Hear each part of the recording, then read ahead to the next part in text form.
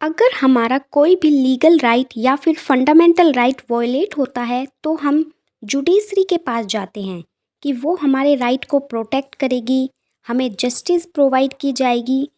लेकिन क्या जजेस भी रिस्पॉन्सिबल हैं अपने एक्ट के लिए? तो आज की वीडियो में हम देखेंगे जुडिकल अकाउंटेबिलिटी, जो रिस्पॉन्सिबल बनाते हैं जजेस को कि वे लॉ के एम्बिट में रहकर काम करें और वे अकाउंटेबल हों उनके द्वारा दिए गए एक्शन और डिसीजन के लिए। और यह इंश्योर करता है कि जुडिशरी इंडिपेंडेंट रहने के बाद भी आंसरेबल है to uphold public trust and rule of law को। तो hi everyone, you are with me AS law note. आज की वीडियो में हम डिस्कस करने वाले हैं meaning of judicial accountability, key aspects, constitutional और legal provision related to judicial accountability, need for judicial accountability, challenges and way forward.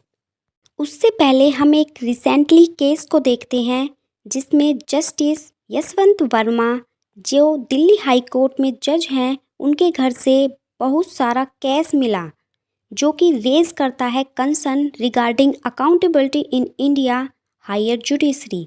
इसका भी आंसर देंगे। तो आइए जानते हैं जुडिकल अकाउंटेबिलिटी क्या होता है। Judicial accountability refer to mechanism and process in place to ensure that judges and the judiciary as a whole are answerable for their action, decision and performance। इसका मतलब हुआ कि जजेस, चाहे वो लोअर कोर्ट के हों या फिर हायर कोर्ट के, सुप्रीम कोर्ट या फिर हाई कोर्ट के भी हों, वह आंसरेबल हैं अपने एक्शन, डिसीजन और परफॉर्मेंस के लिए। उन्हें आंसर देना होगा कि उन्होंने ऐसा डिसीजन क्यों लिया। जब जजेस को अकाउंटेबल बनाया जाएगा उनके एक्शन के लिए, इस प्रोसेस को हम जुडिकल अकाउंटेबिलिटी कहते हैं। आइए जुडिकल अकाउंटेबिलिटी के की एक्सेप्ट्स देखते हैं। First, impartiality. यह इंश्योर करता है कि जजेस remain impartial and unbiased when they are giving decision. Second, integrity. Judiciary India का एक बेसिक पिलर है, इसलिए जुडिशरी को हाई स्टैंडर्ड मेंटेन करने के लिए कन्फ्लिक्ट को अवॉइड करना होगा और करप्शन को अवॉइड करना होगा। Third, competency. इसका अर्थ हुआ कि जब भी कोई जज अपनी जुडिकल ड्यूटी परफॉर्म कर रहा है तो उसके पास नॉलेज, स्किल और एक्सपर्टीज होने चाहिए ताकि इफ़ेक्टिव मैनर में और टाइमली जस्टिस डिलीवर की जा सके। Last but not least, transparency. Judicial accountability ensure करता है कि जुडिकल प्रोसीडिंग और डिसीजन ट्रांसपेरेंट रहें, वे एक्सेसिबल रहें और अंडरस्टैंडेबल रहें पब्लिक को, ताकि इफ़ेक्टिव मैनर में और टाइमली जस्टिस डिलीवर की जा सके।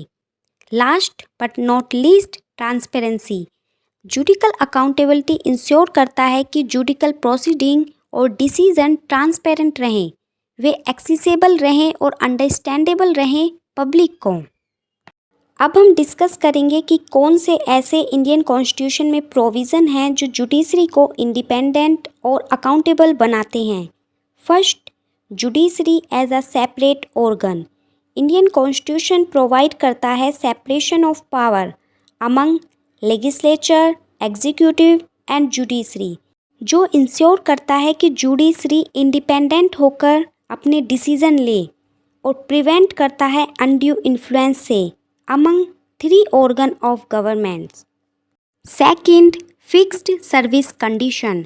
आर्टिकल 125 जो सुप्रीम कोर्ट्स के जजेस और आर्टिकल 221 जो हाई कोर्ट के जज की फिक्स सर्विस और सैलरी से डील करता है ताकि जजेस इंडिपेंडेंट होकर अपने डिसीजन को दे सकें।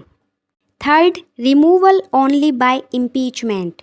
आर्टिकल 124 का सब क्लोज 4 और आर्टिकल 217 का क्लोज 1 का बी परमिट करता है कि जजेस को इम्पीचमेंट की प्रोसेस के थ्रू ही रिमूव किया जा सकता है। और इम्पीचमेंट की प्रोसेस जजेस के अगेंस्ट तब चलाई जा सकती है अगर मिसकंडक्ट का केस हो या फिर इनकम्पिटेंसी हो। Next, power of judicial review under article 32 and article 226 deal करता है कि कोर्ट इंजॉय कर सकते हैं जुडिकल रिव्यू की पावर प्रोटेक्ट करने के लिए राइट और अपहोल्ड करने के लिए इंडियन कॉन्स्टिट्यूशन को। Next, contempt powers under article 129 and 215 empower करता है कोर्ट को कि वह पनिश कर सकते हैं फॉर देयर कंटेम्प्ट। यह प्रिजर्व करता है डिग्निटी को और इन्फोर्सेबिलिटी को ऑफ जुडिकल डिसीजंस कि कोई अगर हमने किसी केस में जजमेंट दिया है तो वह एप्लीकेबल हो गया है या नहीं। Next, no discussion in legislature article 121 restrict करता है पार्लियामेंट को कि कोई भी डिस्कस जुडिकल कंडक्ट को लेकर नहीं किया जाए accept during impeachment proceeding. Seventh, basic structure doctrine independent judiciary part है कॉन्स्टिट्यूशन के बेसिक स्ट्रक्चर का। ये कुछ कॉन्स्टिट्यूशन प्रोविज़न थे, अब हम लीगल प्रोविज़न देखेंगे। फर्स्ट, जजेस इंक्वायरी एक्ट 1968 यह इस्टेब्लिश करता है मैकेनिज्म इन्वेस्टिगेट करने के लिए misconduct through a 3 member panel. Second, contempt of court act 1971 यह इंश्योर करता है कि जुडिशरी इंडिपेंडेंटली वर्क करे बिना किसी अनड्यू इन्फ्लुएंस के। तो ये हमारे कुछ कॉन्स्टिट्यूशनल एंड लीगल प्रोविजंस हैं। अब हम देखेंगे नीड फॉर जुडिकल अकाउंटेबिलिटी, क्या ज़रूरत है जुडिशरी को अकाउंटेबल होने के लिए।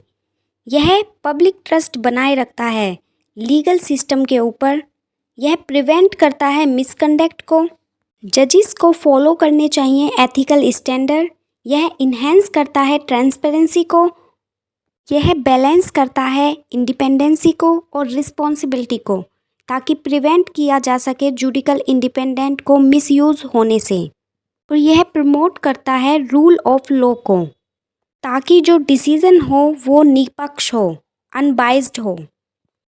लेकिन इसके कुछ चैलेंजेस हैं, जैसे process of impeachment is a complex process जिसमें रिक्वायर होता है 2/3 majority of parliament, limited oversight mechanism जो मॉनिटर करे जुडिकल बिहेवियर को, इंडिपेंडेंट कंसर्न अगर जुडिशरी एक्टिवली अकाउंटेबल हो जाएगी तो यह थ्रेटेंड है जुडिकल की इंडिपेंडेंसी पर, रिजाइनेशन बिफोर प्रोसीडिंग जजेस इंक्वायरी प्रोसेस होने से पहले ही रिज़ाइन कर देते हैं। And next, lack of transparency close door process होने के कारण पब्लिक ट्रस्ट जुडिशरी के ऊपर रिड्यूस हो रहा है। अब हम देखेंगे कि कैसे इन चैलेंजेस को टैकल किया जाए। तो उसके लिए इस्टेब्लिश की जाए इंडिपेंडेंट ओवरसाइट बॉडीज़ जो कि इन्वेस्टिगेट करे कंप्लेंट अगेंस्ट जजेस ताकि अकाउंटेबिलिटी इंश्योर की जाए, स्ट्रेंथन किया जाए जुडिकल काउंसिल को ताकि डिसिप्लिनरी एक्शन लिए जा सकें अगेंस्ट जजेस के, इम्प्रूव किया जाए कोर्ट एडमिनिस्ट्रेशन को ताकि रिड्यूस हो डिले और इंक्रीज़ हो ट्रांसपेरेंसी जो कि प्रमोट करती है अकाउंटेबिलिटी को, पब्लिक जुडिकल डिसीजन लिया जाए, जो भी डिसीजन जजेस के द्वारा लिया जाए वह पब्लिकली अवेलेबल हो ताकि इंक्रीज़ की जाए ट्रांसपेरेंसी को और वह डिसीज़न या रिकॉर्ड वो पब्लिक को प्रोवाइड किए जाएं।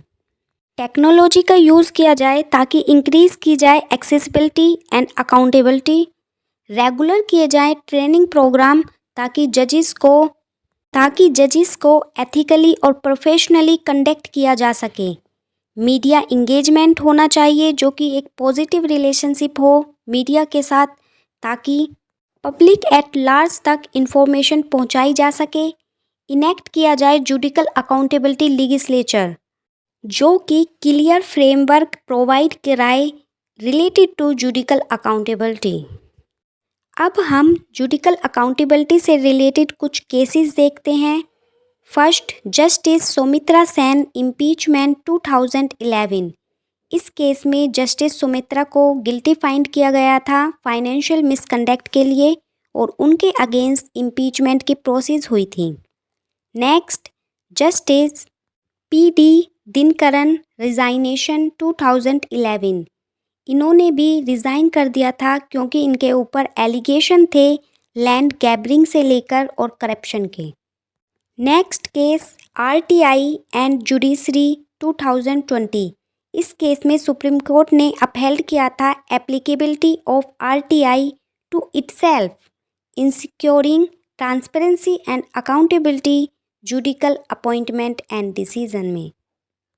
और next case justice Yashwant Verma case, जिसमें अराउंड 15 करोड़ कैश मिला था जस्टिस वर्मा के घर से, जो कि पार्सली जला हुआ था।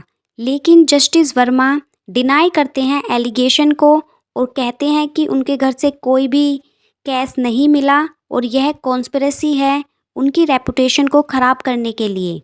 इस केस को डील करने के लिए सीजेआई संजीव खन्ना ने कॉन्स्टिट्यूट की एक 3 मेंबर कमेटी को, जो कि इन्वेस्ट कर रही है एलिगेशन पे।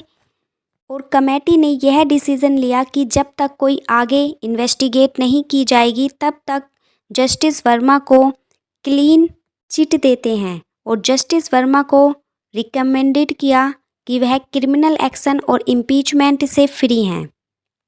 यह केस फिर एक बार जुडिकल अकाउंटेबिलिटी पर और जुडिशरी की इंटीग्रिटी पर क्वेश्चन रेज करता है। जुडिशरी की ट्रांसपेरेंसी और इंटीग्रिटी के लिए जुडिकल का अकाउंटेबल होना बहुत ज़रूरी है ताकि जुडिशरी पर लोगों का विश्वास बना रहे। Thank you.